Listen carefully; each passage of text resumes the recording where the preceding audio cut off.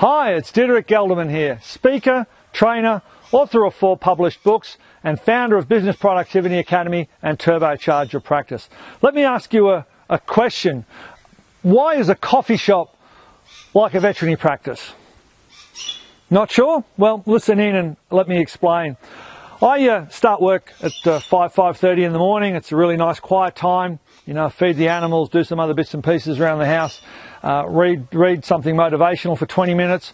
And then I sit down and do what I call my productivity interval. So this is a 90-minute jam session where I go hell for leather.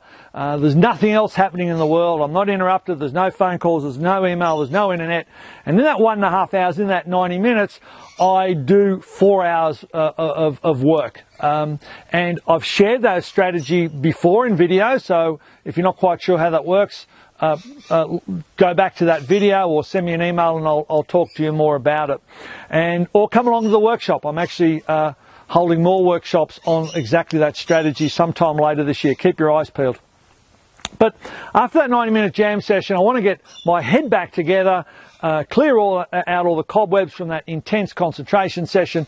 So I go down the local coffee shop. So it gives me a chance to get in the car, go for a 2 or 3 minute drive and get a cup of coffee. And I was there the other day and my barista, and he's basically the same barista at that time of the morning, you know, before the others come on. So we've gotten to know each other quite well over the years. He was really distracted and not quite with it and fluffing around and as part of his patter, he said, we've got some food in and some snacks and the boss has told me that I need to tell you about it. I'm really uncomfortable because I'm not a salesperson and just me talking to people about this is slowing my day down and yeah, I'm really uncomfortable. So you get the point. He really wasn't doing himself or the coffee shop or in fact me any favours. He'd been forced to by the boss do upsells, and he thought it was for the money, and whether it was or wasn't, I don't know, but that was his perception, and he thought the boss was making enough money as it is, and this was just another way to get more money out of the clients. Now, that exact scenario is what I hear in veterinary practice all the time when a practice owner or practice manager comes along and says, hey, how about rather than selling three packs, we make the client buy 6 packs. So rather than a 250ml shampoo, get them up to a 500ml shampoo. If they buy a shampoo, can you bundle a conditioner in with it? If they're having surgery, we need to sell them bloods and fluids. And you're as well aware of all the upsells and cross-sells that exist in a veterinary practice as I am. And so these nurses, these receptionists, the techs, and even the doctors in a lot of practices are asked by their supervisors, their owners, their managers, their practice managers to do these upsells. Now, so that's why the coffee shop and the veterinary practice are the same, because the teams or the staff in both those situations are uncomfortable about doing the upsell. Now, I went to the coffee shop owner, and I know him really well, really nice guy, and I sort of he knows what I do for a living, and we got to talking, and I said, why are you making these guys upsell? And he said, hang on a minute, I'm not making them upsell. He said, we get clients in here early in the morning every morning that, they get up, they're like you, they'll do some work, then they're off to Sydney or whatever, or to Goulburn or wherever they're going, and they're just rushing through here to get their cup of coffee. They haven't had breakfast, they haven't had anything decent to eat. What I'm doing, he says, I got this range of really healthy foods in. Now, breakfast snacks that I could eat on the go, or sit down quickly and eat them in 5 minutes, or take them in the car. And he said, I just want my team, the baristas, to introduce these products to the client, because I know that when these guys have missed breakfast and then they drive for an hour and a half to Sydney, and when they get there their energy levels are going to be depleted, they're going to feel like, crap, and they're going to function like crap as well. So he said, what I did is got in all this healthy stuff so that they can get it, eat it on the go, get to their place of work and be full of energy and really do a great day productivity. And so I said to him, I talked to him about how the barista had approached it to me. And I asked him,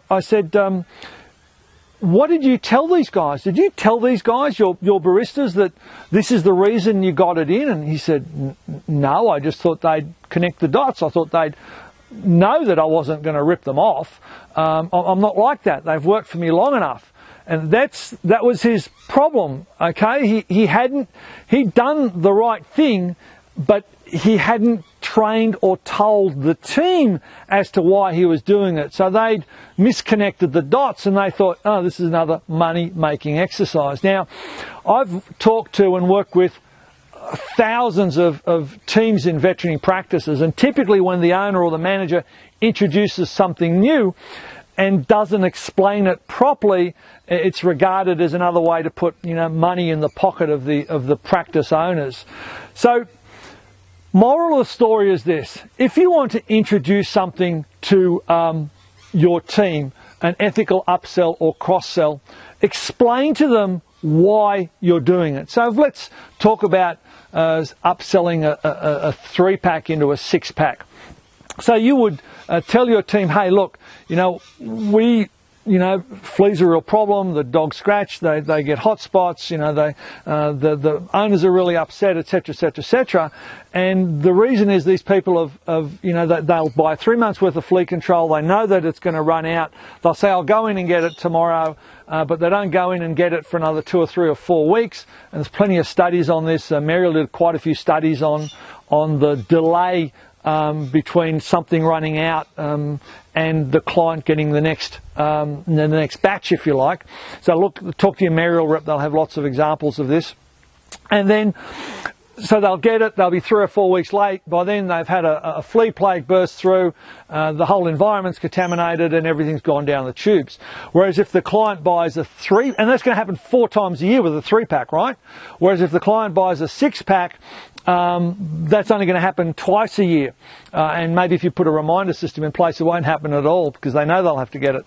So you're not doing it to make extra money. You're doing it to help improve the patient's life, improve the quality of the client's life. So when you, again, if you talk about shampoo and conditioner, if you've got a pet with a coat problem or a skin problem and you shampoo it, that's great. And if you then condition it with Epi-Soothe or an oatmeal-based shampoo, that's going to help soothe the coat even more. Going to get more bang for your buck from the shampoo by using the conditioner, etc., etc. So I'm sure there's, let's give another example. So the fluids or the bloods with the surgery. Now, it could be that you've trained the team as to this is the way we do it here, but does your team really understand, the importance and the value of pre-anaesthetic blood testing or IV fluids? They may not. I know plenty of practices where the owner said absolutely they do understand it, and I go and talk to the team and they don't quite understand it. They think it's a money-making exercise.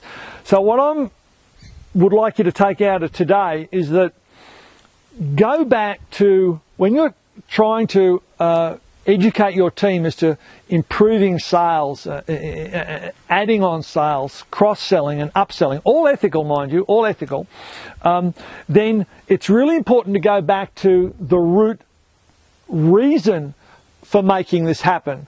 And that is, it's not just the way we do it here, it's in the pet and in the owner's best interests.